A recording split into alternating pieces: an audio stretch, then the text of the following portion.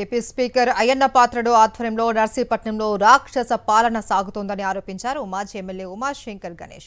Speaker ఒత్తిడితో వైఎస్ఆర్సీపీ నాయకుడు ఈశ్వరరావుపై తప్పుడు కేసు నమోదు చేశారు అన్నారు.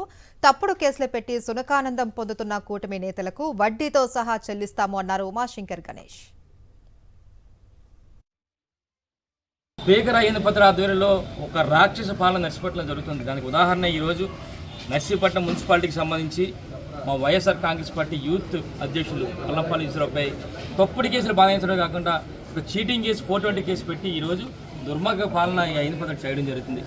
ఈరోజు మనం కూడా చెప్పాం, ఒక ఉన్నతమైన స్థాయిలో ఉన్న ఒక వ్యక్తి ఈ విధమైన చిల్లర రాజకీయాలు చేయడం ఎంతవరకు సమస్య అని చెప్పి అడుగుతున్నాయి. ఈరోజు నేను హత్య చేశాను, పోలీసులు ఏం చేయలేకపోయారు, న్యాయస్థానాలు ఏం చేయలేకపోయి విరవీగుతున్నాడు, భయం లేకుండా బతుకుతున్నాడు.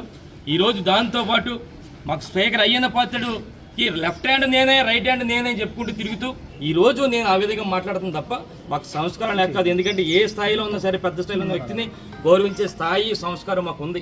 ఈశ్వరరావు అని కేసు పెట్టించాం, తప్పుడు కేసు పెట్టించాం, జైలు పంపిస్తామని చెప్పి చాలా ఆనందం పండొచ్చు, సునకానందం పండొచ్చు. కానీ ఒకటి చెప్తా మీకు, ఇవన్నీ కూడా త్వరలో రాబోయే రోజుల్లో మా ప్రభుత్వం వస్తుంది. ఇవన్నీ వడ్డీలతో సహా, భారీ వడ్డీలు, చక్రవడ్డీలతో సహా ఇవన్నీ కూడా నీకు చెల్లిస్తాం చట్టపరంగా.